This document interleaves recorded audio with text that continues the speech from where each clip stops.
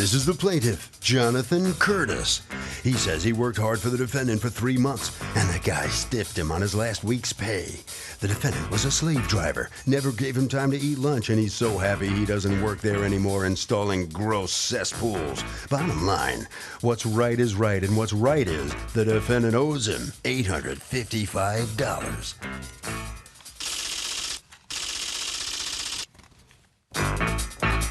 This is the defendant, James Murphy. He says he fired the plaintiff because the guy was a bad worker. He also agrees with the plaintiff that he did not pay his last week's wages. The plaintiff also knows he's withholding his pay because he's using the money as an offset for the damage he did to his van's bumper because he backed into a telephone pole. He's accused of being one tough boss.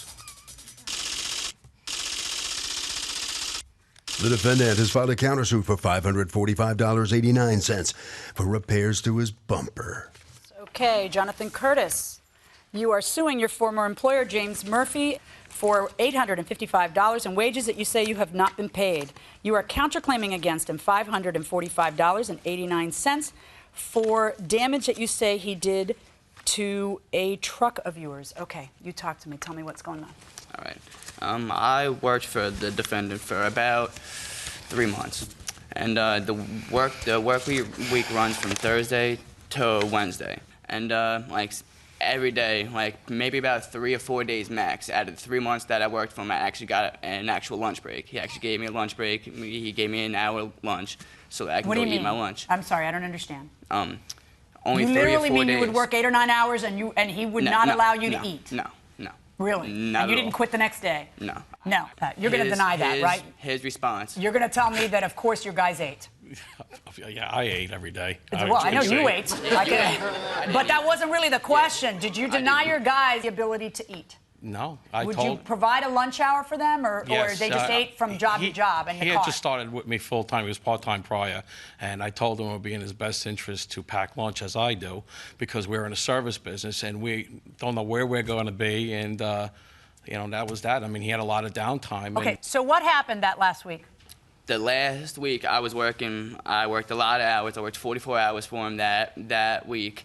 And the last day that I worked for him was that Thursday, which ended. It started a new week. I worked. It was 12 hours, and he actually gave me an hour lunch break that day. And it was about 7:50 at night, almost 8 o'clock at night after working 12 hours.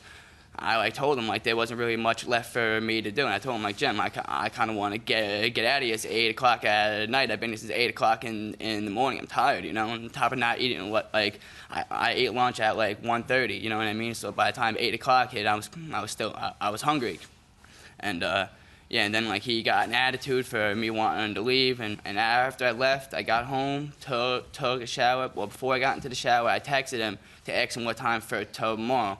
Got into the shower. By the time I got out of the shower, I had a voicemail. And the voicemail said? And the voicemail said, don't worry about coming in tomorrow. I'm firing you. You have a bad attitude, and this and that. Okay. All right. Now, you don't deny that you owe him a last paycheck. Yeah, I mean, there's a lot of inconsistencies of his story. Okay, let's hear your side. I'm surprised myself. First off, he backed my van into something I don't know what. What did he tell you? He told me later on at the end of the day. What did he tell you? He told me, I got something I got to tell you. I said, sure. He goes, well, you're going to get angry. I said, look, just get it out. He says, oh, I backed the van into something. I looked at it. I go, well, that's a pretty hard hit. That's a 6,500-pound rating. What'd you hit? He goes, well, I backed into a pole at a deli or something. Okay, where did this happen? He says, well, don't worry about it. I'm going to take care of it. Whatever it costs, I'm going to take care of. How did the damage happen? I made a left instead of a right, and then I was making a U-turn, and I seen some cars coming. This is word for word what I told him to. There was cars coming. I was trying to be a little quick. I caught a pole in my blind spot because the van only has the side mirrors. And I tapped it into the pole, yes. Okay, and did you have that discussion with him where you said, look, I'm really sorry, and you're gonna get after I got back to the yard, I told him, yo, if you want, we'll work on this till I get it fixed. Meaning and what? He was like, all right, don't worry about it. Meaning what? That it's your fault and you'd pay for it? Yeah, well. All right, hold on one second. There's a round indentation there that's for the step. That one belongs there. This round indentation is the one that doesn't belong there, right? Yes, ma'am. Okay. Yes, Your Honor. All right. Okay, is this dude responsible for paying the repair costs? No, he was an employee. So just because he's an employee, he can do anything he wants. He can screw up. No. Yeah, there you go. What do you think? It's the employer's responsibility. Really? Yes. Even if the defendant's just totally negligent and screws up? Yes, the employer should have thought better when he hired him. You know what there is in this audience? You know what you guys are? You're employees going inside the courtroom. Why is he not right that the damage you did to the van, which was, I mean, this wasn't like a small bump. This was a rather substantial damage to the van. It was an accident, but I mean, why is he not right that you should pay for that? He was saying... in other words, if you don't have a specific agreement with your boss, that things that happen while you're driving the company truck, they're going to pay for, then the default position is everybody pays for their own mess. That's how life works. We all pay for, each of us are responsible for our own mess.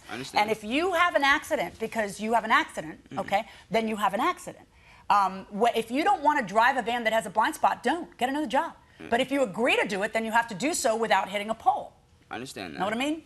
All right. So is it that you have you seen these estimates, or you think they're but the whole bloated, thing is, or every what? time that I talked to them, it was a new story, like a new number. Okay. Now you have a message that he. I have a voicemail where from him according to you, he contradicts himself in the message. He says that it's $350 to for the aftermarket bumper, and then another $247 for them to put it on and straighten out the brackets, which comes out to a total of $597. And then after I spoke to his wife and told her what my exact hours are, she's telling me I'm coming up with these hours out of nowhere and this and that. Okay. So let me hear the message. All right. Yeah, Jonathan, it's Jimmy. What's the story with the bumper? I got some prices. So the reconditioned one is about $350 something, and installation for a guy to take it off and put one on and straighten out the brackets are probably going to be about $235. So that's it's almost $600. Call me back. Can I speak now? Yes. In between that time where they were going to get the aftermarket bumper and his buddy was going to fix it, his uncle called, which you should have a police report, that he was going to call and come and kill him. Oh. We have aggravated harassment form up there that you should have, or we have it, that's when all conversations stopped. No. And I said to him... but that doesn't make the bumper cost more, no, but I appreciate that. So did you get your uncle to call and threaten him? No, I did not. Nope. What ended up happening? Did the police get called? Yeah, so police got called. We got contacted by the detectives, and it's in their hands. Has anything happened with that? No, he's going to call me back. Then he called and said, my uncle doesn't even have a car. I'm sorry. He didn't mean it, blah, blah, blah. All right, let's talk about the hours. You say that his tally of hours of 55 hours, 51 breakdown, 55 hours of work, 51 hours at $15, and 4 hours at $22.50. You say that it's less than that. What do you say it is? 49 hours. 49 hours. All right, and I take it, I know this is a ridiculous question, nobody punches in and punches out. This is all a matter of his word against yours about how many hours we're talking about. No, it is. Here's what I'm going to do. I find that he owes you the 49 hours that he's talking about. He owes you $735. But even if he owes you $855, which is what you're asking for, that's about the cost of the bumper, okay?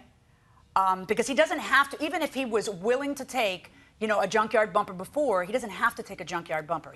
He can, there's 3 estimates. I'm certainly not going to let him sue for the higher estimate. I'm calling it a wash. That's what's happening, folks. We're done. I'm calling it a wash, okay? So on your lawsuit against him, it is offset by the amount of the bumper, and no, I'm not going to order him to pay an additional $549. I'm finding that the amount of the bumper is roughly the amount of the wages owned, so it's a wash. Good day, gentlemen. Thank you.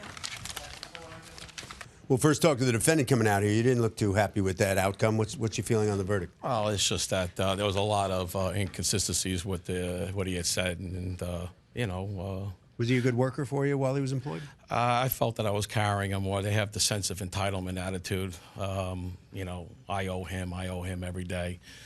Did he do the work, though, in the cesspool, whatever that is, down in the hole, whatever that... You know what? Like I said, if he did, he would be working for me, right? Did you actually take out an hour for lunch?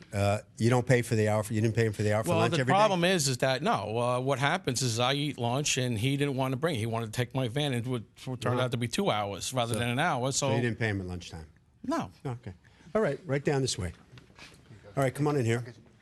All right, step on in here. You didn't get nothing. You didn't get anything out of your right this way here. And either. So you satisfied at this wash? No, I'm really not satisfied.